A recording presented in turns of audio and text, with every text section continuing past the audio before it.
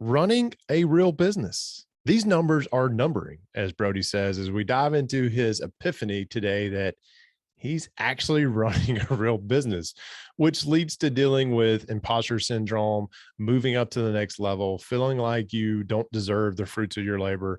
And what does a successful wholesale business look like? Like wholesaler hustling. And we get an introduction to Brody's favorite film of all time. I think he said it's in the top five, Gatteca, right? And then we drift off and we talk about movie stuff. So all that and more, stick around. This is episode number 178 of the W2 Capitalist Podcast. Man, I felt like I was running a real business today. Tell us about it. What do you mean? Gearing up to just go balls to the wall. So I was talking to a couple other wholesalers, and they're noticing like the number of leads to close is going up for them.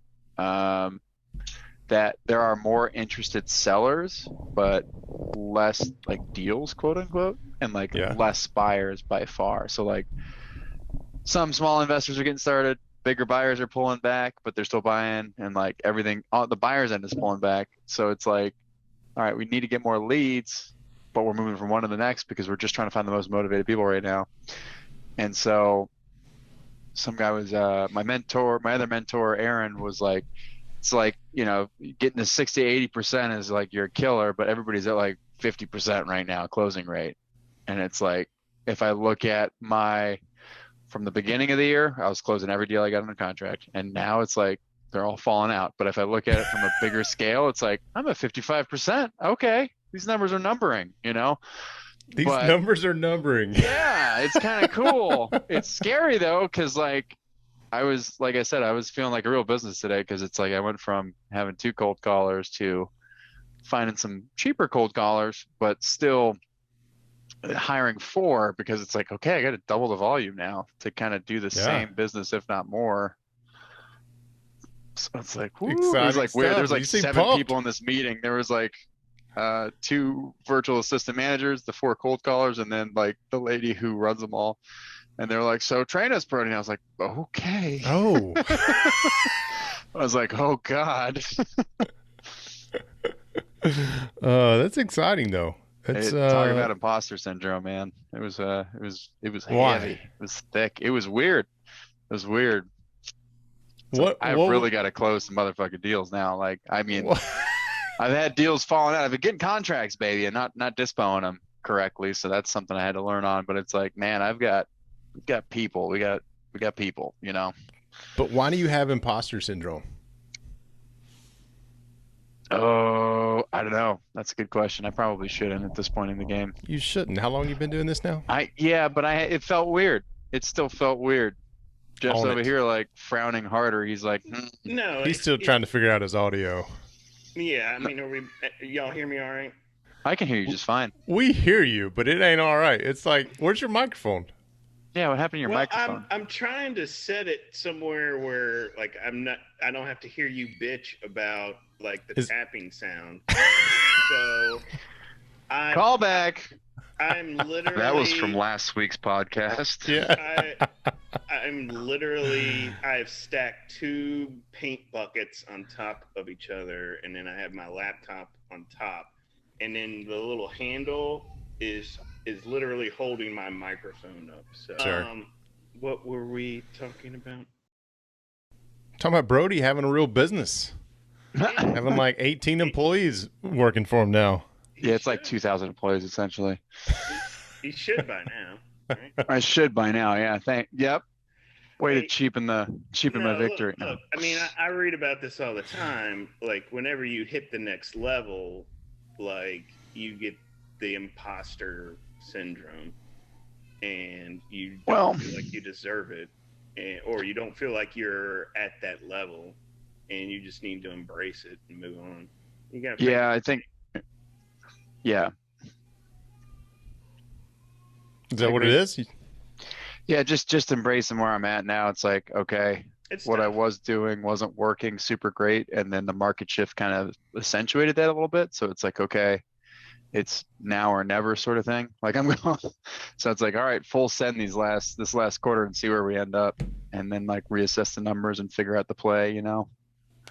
So, No, there's nothing wrong with it. I mean, when I moved into our house, I had the same thing. It was like, I don't deserve this house, even though I literally rehabbed it and paid for everything. But it was just the nicest house I've ever lived in. So, but every night I was sleeping there, I'm like, I don't deserve this house. You know, like it just took a while to like accept the fact that you're moving up to the next level. yeah.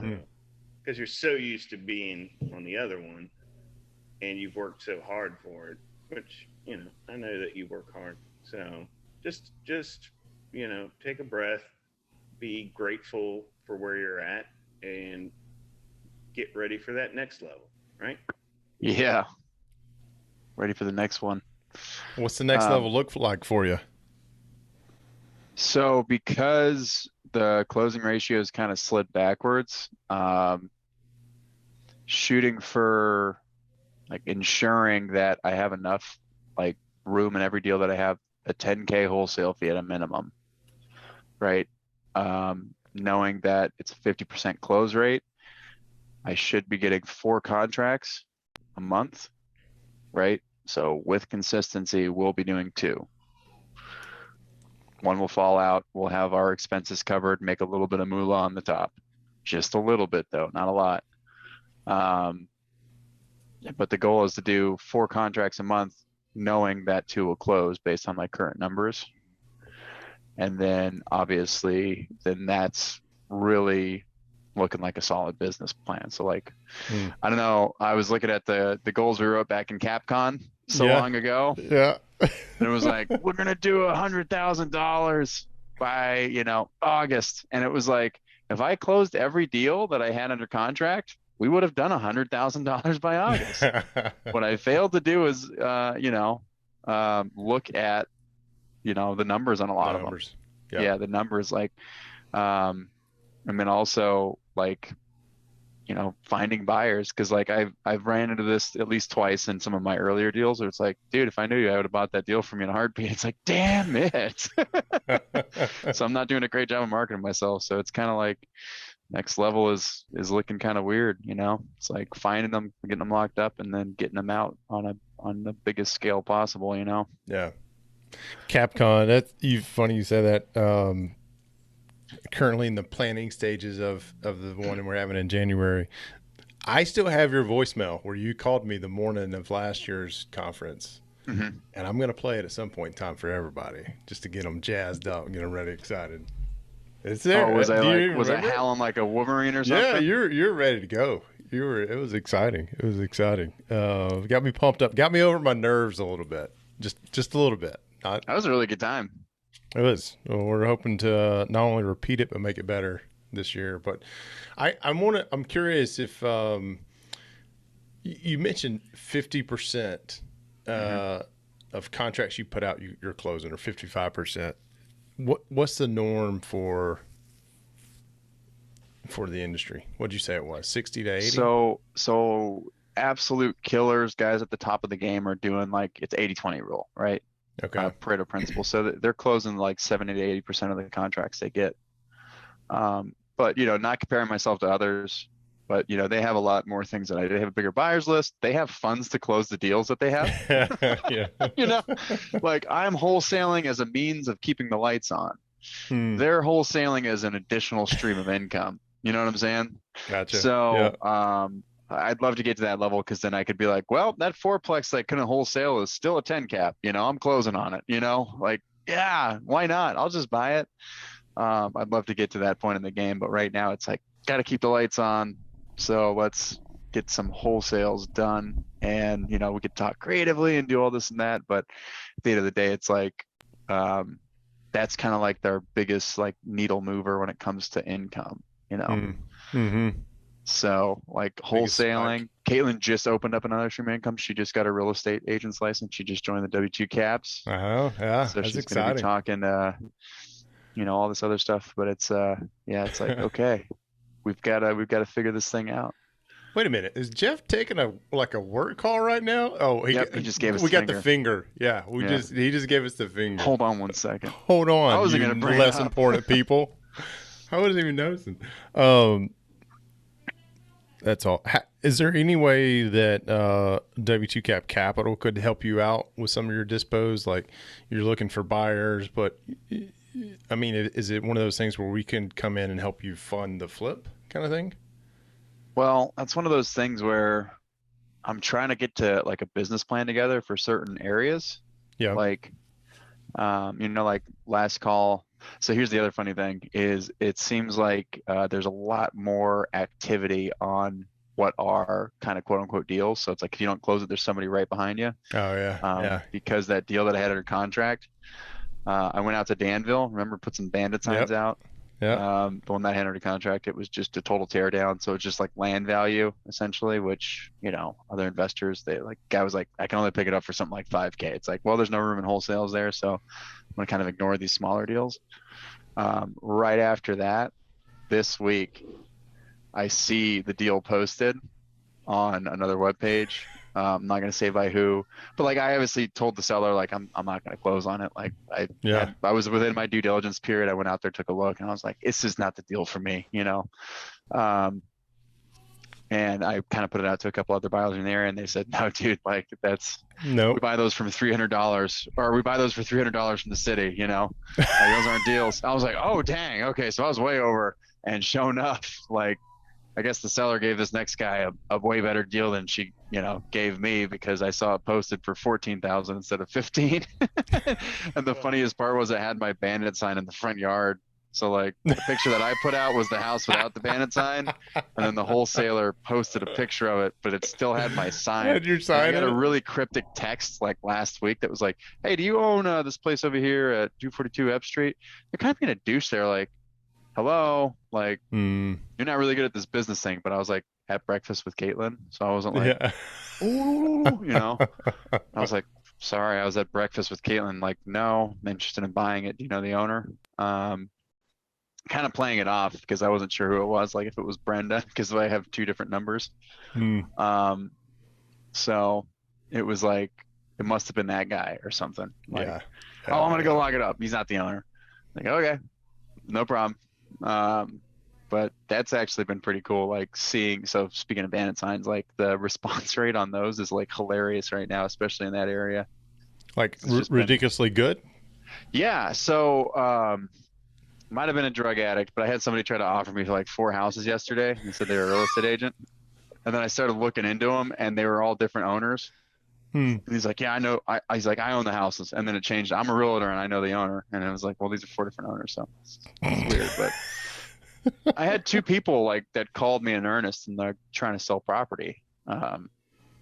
Granted, one was he needed like 120, and like the house next door sold for like 135. So I was like, not for me. I'd be a player at like 80. Yeah. Take it to retail, man. Take it to the retail market. Because like it was in great shape. And I was like, a good player at 80, like all day, definitely under 100, because like, I think that market's going to appreciate like crazy. So I texted about, talking business plans and stuff, because, capital will chase somebody with a good plan and big vision. Have you ever watched the movie Gatteca? With Ethan Hawke? Oh my God, one of the best movies ever, guys. Like I was forced to watch parts of it in high school, but they edited it for school, and it like left out so much of the good shit. It's a very Gatteca heavy movie. Gatteca, yeah. All right, I'll look it up. Sounds like a video game. There was a video game, Galactica. Oh, man. Galactica, yeah, Gatteca. But the movie's about like basically segregation, but it's based on genetics. So there's like people who were born with like this. So there's like two groups of people. Like, so you're killing it here. You're killing it. Look, yeah. Gatteca is a 1997 American dystopian science fiction thriller film. Yeah, okay. You want to read the description? Go right ahead. I mean, I can read it. I give you my description, or you can read what Wikipedia says it is. But yeah, no, it's definitely a dystopian science fiction, future where essentially there's two classes of citizens. There's like the people who were born perfect because like their parents gave them genetic modification when they were young, so they gave them like a perfect start to their life, like everything was going fine. And then another one, it's like they're called like God children, love children, like they were just born like naturally. So like they have like heart problems, like, oh, this kid's gonna be an alcoholic or whatever. Like, but one of the lines from the movie is like one of the guys, Jude Law and Ethan Hawke are like the two main characters. Uma Thurman's in there, right? Uma Thurman's in there, yeah. I think Danny DeVito like just pops up out of nowhere. He does that from time to time. Danny DeVito? Huh. But it's a serious movie. But it's about like kind of like never giving up on your dream. And like by all stretch of means, like this main character was never supposed to be an astronaut. Like he was never supposed to step foot in Gatteca. But like because he had this like burning desire to get it done, like he went by any means necessary. So like he stole this guy's identity. He purchased this guy's identity, this perfect person's identity, because like this guy got paralyzed. And like one of the lines from that movie that really resonated with me was like, okay, like you borrowed my body, but you lent me your dream. So like the perfect guy was just like sitting in his house getting drunk every day. And it's like, wasn't until this guy came along to like really kick his rear in gear and like help him give purpose, because he was going after it so hard. And it's like, granted, not real estate investing, like you can't go after it that like. Are you trying to merge those two stories? So yeah, here it comes. So it's basically how many stars same thing you got for that? Like with stars. Yeah, so bringing it back full circle, it's people with like really, like what I see right now is people with really big visions and dreams are the people that are usually garnering the most attention, because like they're going to get it done regardless what obstacles are in the way. So it's kind of the same idea that I'm wanting to apply, because it's like wholesaling is an operation. It's like, okay, I have this goal of building it like this big. There's some things I didn't consider, but at the same token, like this is one of those things that I can still do on my own. But it's like if I want to really like move the needle somehow, it's going to require some really careful planning and like some, what's the pitch-any thing, or the guy was talking about building the airport. Yeah, it's like you gotta pitch like a dream, not like a business plan. It's like everybody's got a business plan right now. No, you did an excellent job of bringing that full circle. Thank you, Jeff. I really was struggling there for a second, but it came around. Is Caitlin sitting there right next to you? Because you keep looking. No, she's not. She would have been laughing her ass off the whole time.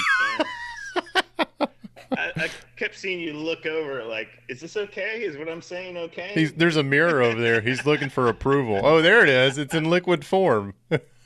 Yeah. It helps. By the way, Gatteca, not a box office hit, so I will probably like it. It was.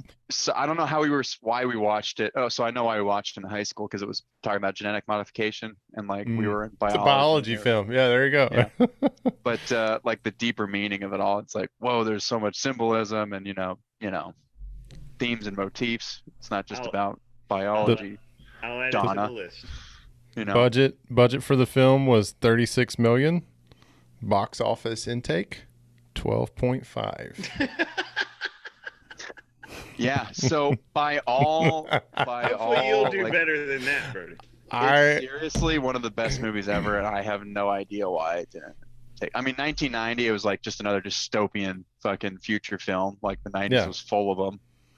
Yeah, I mean, it's kind of hard to follow Total Recall with Arnold Schwarzenegger. Exactly. Or what was that? What was that one that Stallone did? Stallone did one too, right? Where he's a cop. Marathon Man. That's not the one I'm thinking of. No. There's another one. I mean, There's all. One, see. What was it? Is that the one with Wesley Snipes? But he is a cop. Yeah. He's a cop. He is a cop. That's not Marathon Man? No. It could be. I know it's not. Cop too. Now that we're on that topic, it's not Time Cop. That was somebody else. And it definitely wasn't Rocky. So it was an absolute failure when it came out because of all those other like blockbuster hits. But like that was on Netflix the other day, and we were with our family, and I'm like, have you guys ever seen Gatteca? Like, I don't remember watching it, but I remember it being pretty decent. And like everybody said no, but like everybody else is like, what do you want to watch? Like freaking like they're all like Barney or like let's rewatch this. And I was like, Gatteca, I haven't seen it since high school. Let's give it another shot. And like we were all blown away, like to where my sister's husband, who's a missionary as well, was just like, well, that's going in a list of favorite movies ever. I was like, damn. Really good. Did y'all know Sylvester Stallone was in Gremlins 2? No. I didn't know that. The movie I was thinking of is Demolition Man. Yeah. Demolition Man. Yeah. That's what I was thinking. With Sandra Bullock. Came out with the same year as Cliffhanger. Did you guys ever see Cliffhanger? Mm-mm. Man, the opening scene of that one, holy crap. It'll never make you want to rock climb again if you've ever been rock climbing. I've never wanted to rock climb. So well, if you want to put in that state. If you ever get the thought or desire to go rock climbing, just go turn on Cliffhanger. All you gotta do is watch the first 15 minutes and nothing else, and you'll be cured of whatever desires you have. So, John Lithgow. Are you looking up Gatteca stuff again? Nope, I'm looking up Cliffhanger now, and like, it's literally Stallone is like, like. It's Lithgow is an American treasure. Okay, I'm not saying he's not. I was just change my mind. Yeah. I can't even name like 3 movies with him in it. What? Or shows? Third Rock from the Sun? Oh, sorry. He's in Shrek. Sorry, he's Lord Farquaad. Yeah. There you go. You're right. I'm so sorry, Jeff. Lithgow's a badass, man. He plays the ultimate bad guy. Like he has that bad guy. Just every time I see him or hear his voice, I'm like, oh, there's a bad guy. It's a bad guy. I just watched This Is 40 on Netflix, which I watched obviously many years ago before I was 40. And I watched it again to try to go to sleep. And you're like, oh shit, this is all true. Oh my God, it's unreal. Like I wanted to like go wake my wife up and like bring her in and be like, we need to finish this together. Christ, we're not crazy. Yeah. We're not the only ones. Yeah, that's Paul Rudd, right? Yep. Paul Rudd. Yeah. Yeah. That's a good one. Good. And Jason Segel is Jason.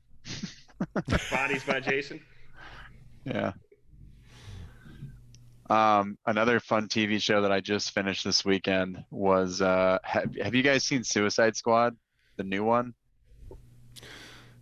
So never heard of it. Superheroes, Yeah, I don't get into that shit.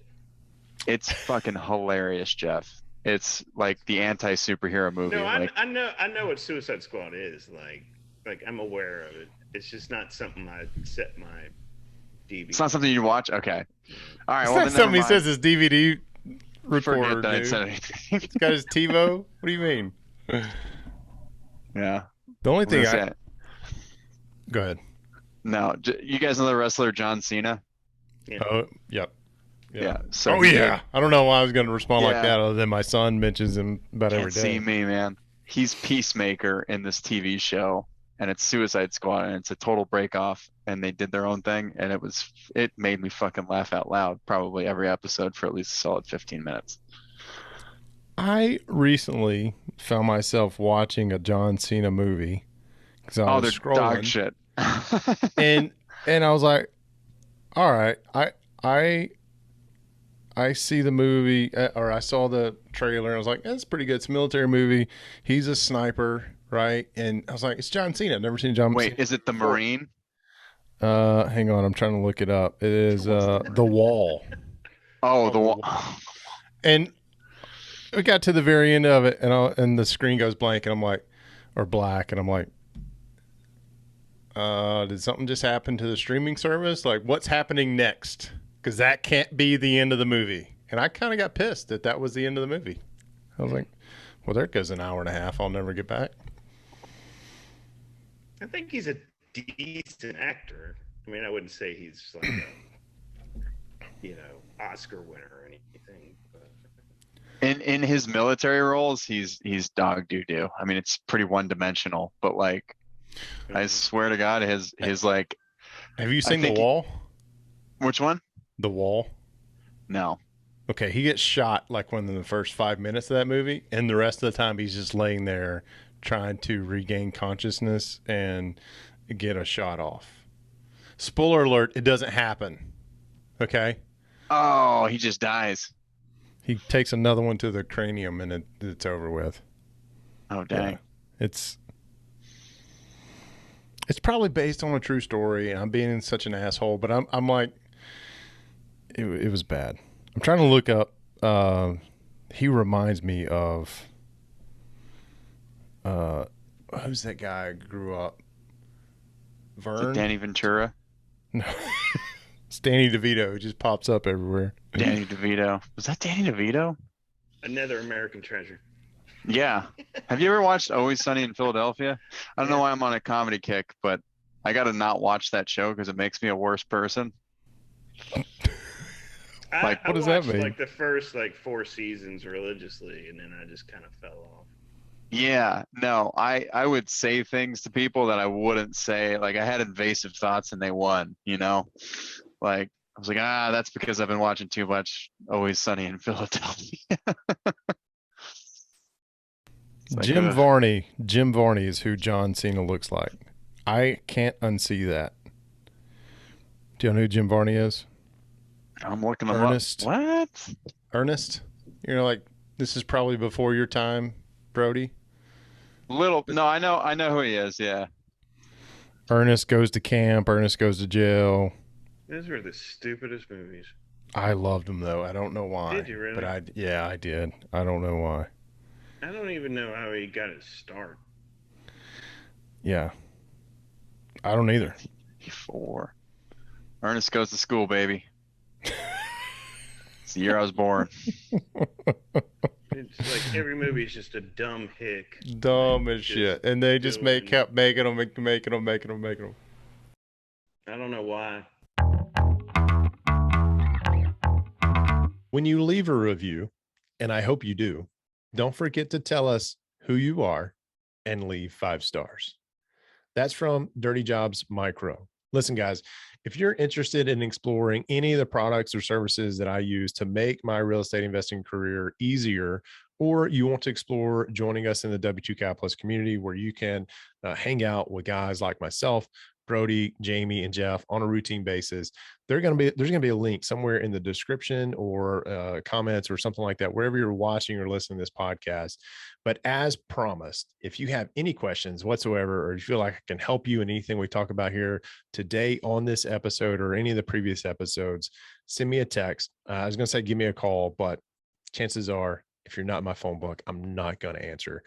So send me a text. Let me know what episode you're listening to and how I can potentially help you. We'll find a time to get on a call. Okay. My cell phone number is 205-249-0248.